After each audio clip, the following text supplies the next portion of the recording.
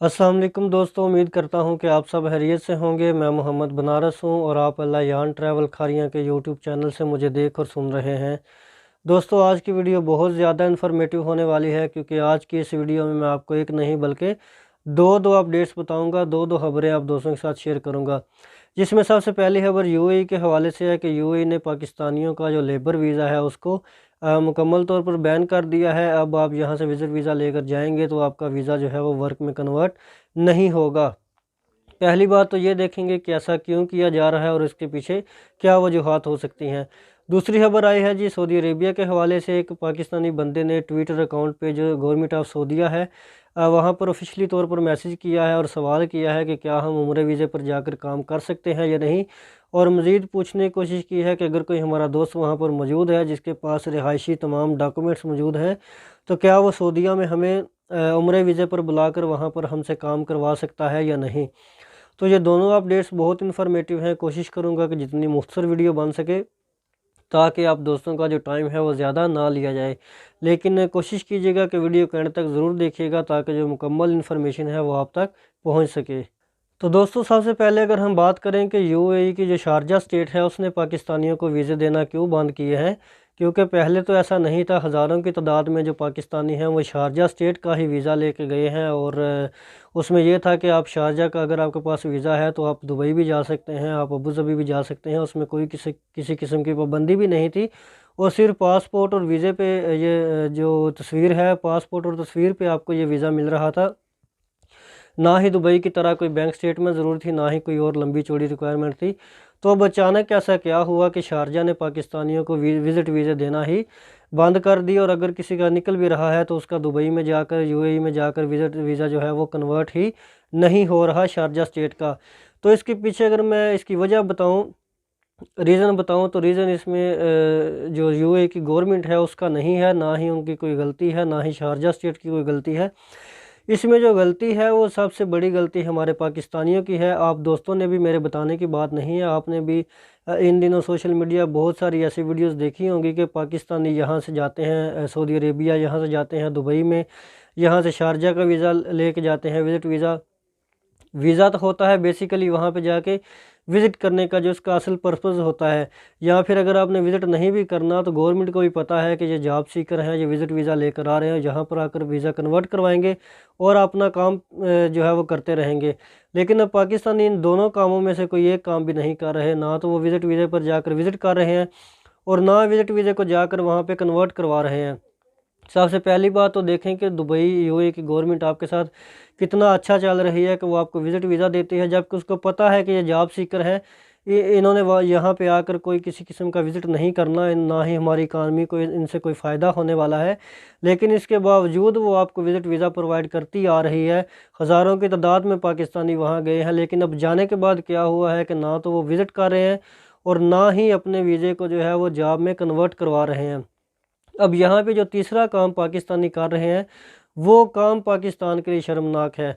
वो क्या कर रहे हैं कि वो वहाँ पे जाकर मांग रहे हैं। पहले यहाँ मांगते थे, अब यहाँ से जाते हैं दुबई, शारजा, अबू धाबी में जाके, और वहाँ पे जाकर मैंने काफ़ी सारी वीडियोस देखी हैं इस पे, सोशल मीडिया पे, इंस्टाग्राम पे, टिकटॉक पे, जहाँ पे पाकिस्तानियों की वीडियोस बनाई गई हैं मांगने की।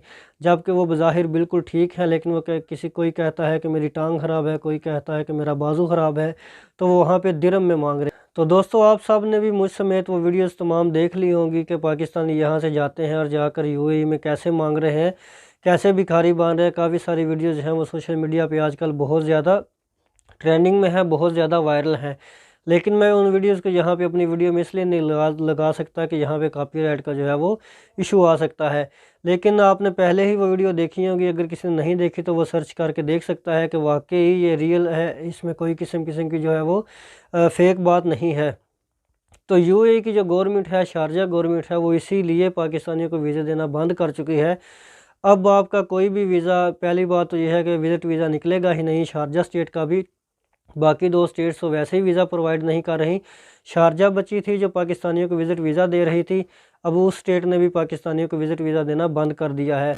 और अगर 100 में से किसी एक दो बंदे का वीज़ा निकल भी आता है, तो जब वो वहाँ जाएगा यूएई में, तो वहाँ जाकर जब वो अप्लाई करेगा वीज़े को एक्सटेंड करवाने के लिए या इसको चेंज करवाने के लिए वर्क में, तो उसका जो वीज़ा है उसको वर्क में तब्दील ही नहीं किया जाएगा। तो ये असल वजह थी, जो काफ़ी सारे दोस्त कमेंट्स कर रहे थे, मुझे मैसेजेस कर रहे थे कि इसके पीछे क्या वजह है। तो मैंने सोचा कि मैं वीडियो बनाऊं ताकि आपको बताऊं कि इसके पीछे ना तो शारजा गवर्नमेंट का कोई कसूर है, ना यूएई की गवर्नमेंट का कोई कसूर है।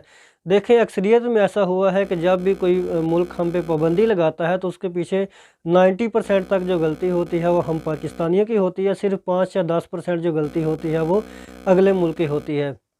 तो अब इसमें भी देखें, आपके सामने सारी बात है कि यहाँ तो 90% का ऑप्शन भी नहीं है, बल्कि 100% जो गलती है वो हम पाकिस्तानियों की है कि हम यहाँ से विज़िट वीज़ा लेकर जाते हैं और वहाँ पर जाकर मांगना शुरू कर देते हैं। तो इस तरह कौन सा मुल्क जो है वो हमें वीज़ा देगा, या इस तरह तो दूसरे ममालिक जो हमें वीज़ा प्रोवाइड कर रहे हैं वो भी हम पर पाबंदी लगाएंगे कि ताकि ये यहाँ पर आकर भी जो है वो मांगना ना शुरू कर दें।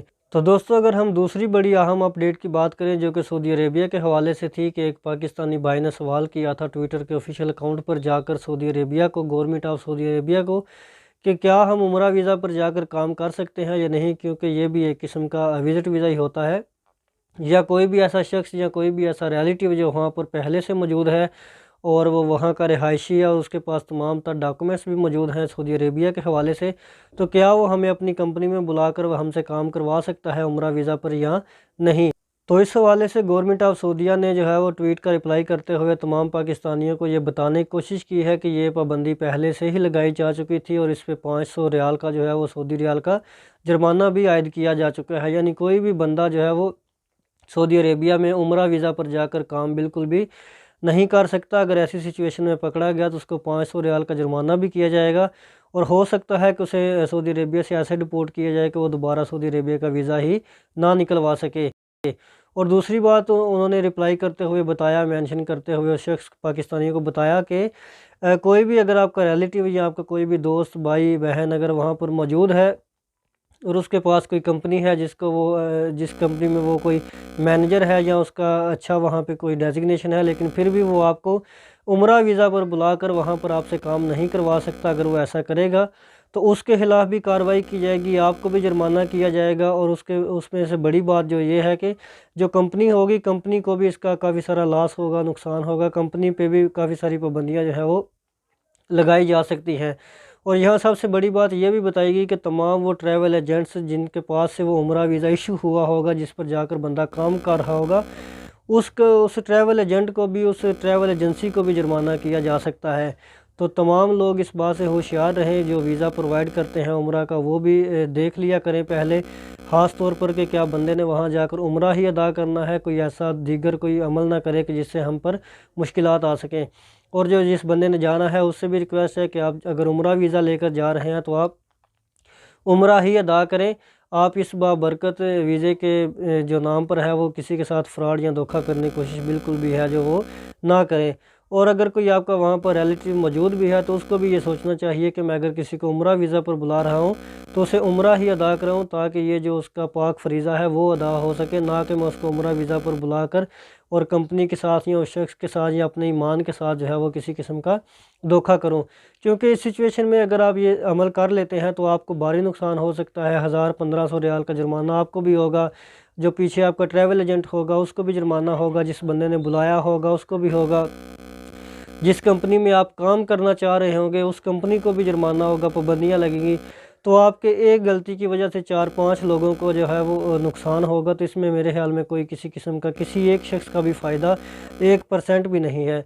तो इससे बेहतर है कि आप ऐसा काम बिल्कुल भी ना करें।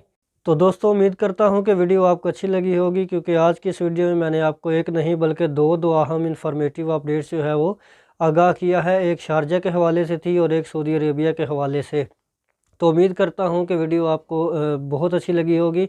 वीडियो अच्छी लगती है तो लाइक कर दिया करें, और अगर आप पहली दफ़ा मेरी वीडियो को विज़िट कर रहे हैं तो आपसे रिक्वेस्ट है कि आप इस चैनल को भी लाजमी सब्सक्राइब करें, ताकि इसी तरह आने वाली जो नई इन्फॉर्मेटिव वीडियोज़ है वो आप भी सबसे पहले देख सकें।